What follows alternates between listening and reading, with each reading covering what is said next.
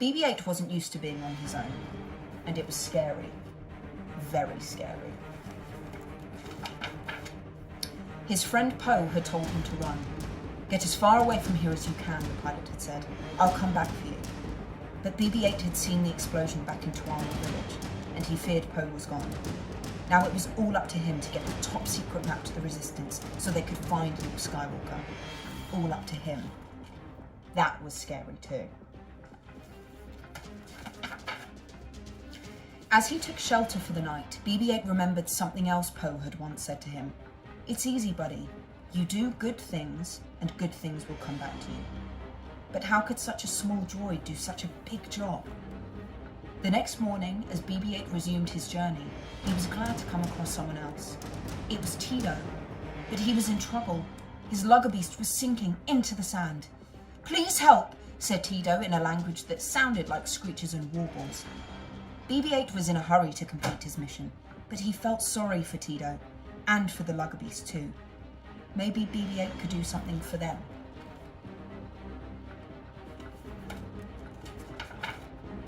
"Oh no, it's a trap!" "I'm going to take you apart and sell you piece by piece," said Tito. "You're even more valuable than the other one." "What other one?" A panel closed above BB-8, shutting out the sunlight. He realised the only thing scarier than being alone in the dark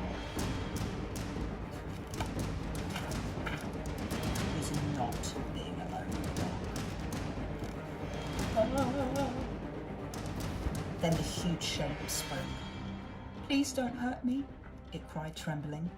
It wasn't a monster at all, just a big, gentle loading droid. BB-8 chirped happily at the massive thing. "You promise?" it asked, worried. BB-8 nodded wholeheartedly and beeped and wobbled some more. "Your name is BB-8, said the loading droid. "Mine is F3ZK, but you can call me Fez." The giant was no longer scared, and BB-8 was no longer alone. Fez told BB-8 he was part of a droid ship that was scouting Jakku. His ship was scheduled to leave that afternoon, but Fez was going to miss it because he was stuck in this cell. Scheduled to leave that afternoon. BB-8 was torn. Should he stay on Jakku in case Poe came back? Or should he try to get off the planet in Fez's ship? The map had to be delivered, and soon. But first, they had to get out of this trap. As BB-8 looked at a loose panel on the floor, he realised he had the perfect plan.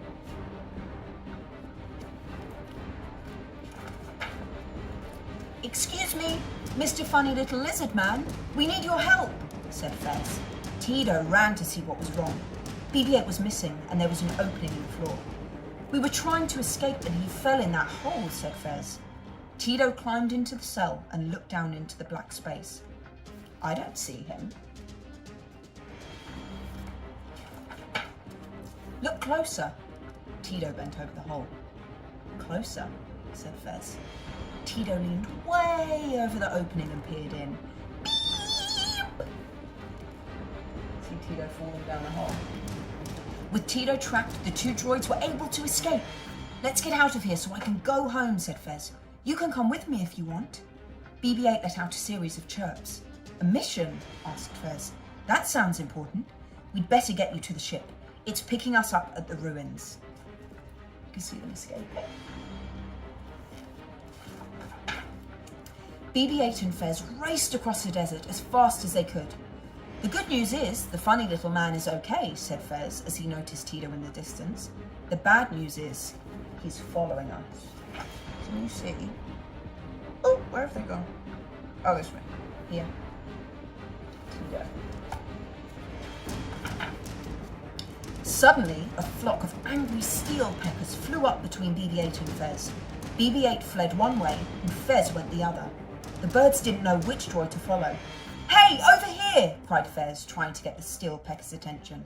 "Run, BB-8! You have to complete your mission!" Fez yelled. "I'll save you!" BB-8 didn't want to leave his friend, but he had to deliver the map, and Fez was already leading the steel peckers away.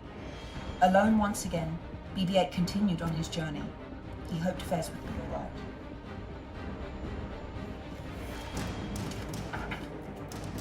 When BB-8 entered Kelvin Ravine, he met a scavenger family.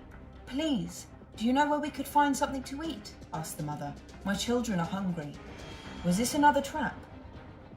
The children crowded around BB-8. When he saw their thin faces, he knew it wasn't a trick. He remembered the food packets in the wrecked starship where he'd spent the night, but it was in the opposite direction from where he was going. If he hurried, he could get the family to the food and still make it to the droid ship before it took off. If he hurried.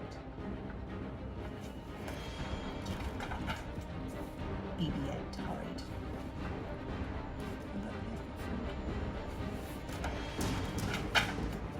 Next, BB-8 found a happerball with an injured leg. BB-8 recalled the medical frigate he'd passed that morning. It would have first aid supplies, but going back for them would probably mean missing the droid ship. BB-8 thought for some time, trying to decide what to do. The happerball moaned, and BB-8 made up his mind. Tito was never going to catch him on that slow-moving lugger beast. BB-8 almost felt sorry for the weird little guy. Almost, but not really. I think BB-8's going to help the happerball. BB-8 finally made it back to the happerball with a medical kit. The beast was so happy it licked him and kissed him, which wasn't necessarily a good thing. BB-8 worried that he was going to miss the droid ship because he had stopped to help so many people. Just then, as he reached the ruins, he saw something off in the distance. The droid ship! At last! Only it was preparing to launch. BB-8 raced for the ramp as it started to close. Then he saw another wonderful sight. Fez! Fez was okay. He had escaped the steel peckers and he too was running for the droid ship. He waved happily to BB-8, who chirped with joy. They were going to make it off Jakku together after all. But then something terrible happened. Tito appeared, blocking their way. Fez started to panic, but BB-8 quickly formed a plan. He remembered what Tito had said, that BB-8 was more valuable than Fez. He also remembered how Fez had saved him from the steel peckers. BB-8 started to speed away from the ship, and Tito followed BB-8 instead of Fez. Where are you going? Yelled Fez. BB-8 beeped an order. Okay, I'll get on the ship, said Fez. Thank you, BB-8. I'll never forget you for helping me. The massive loading droid made it up the ramp just in time.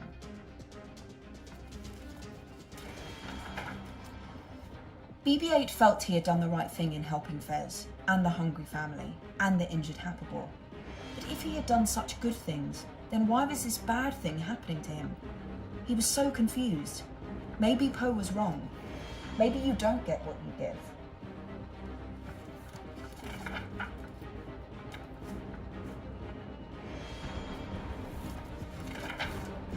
Or then again, maybe you do.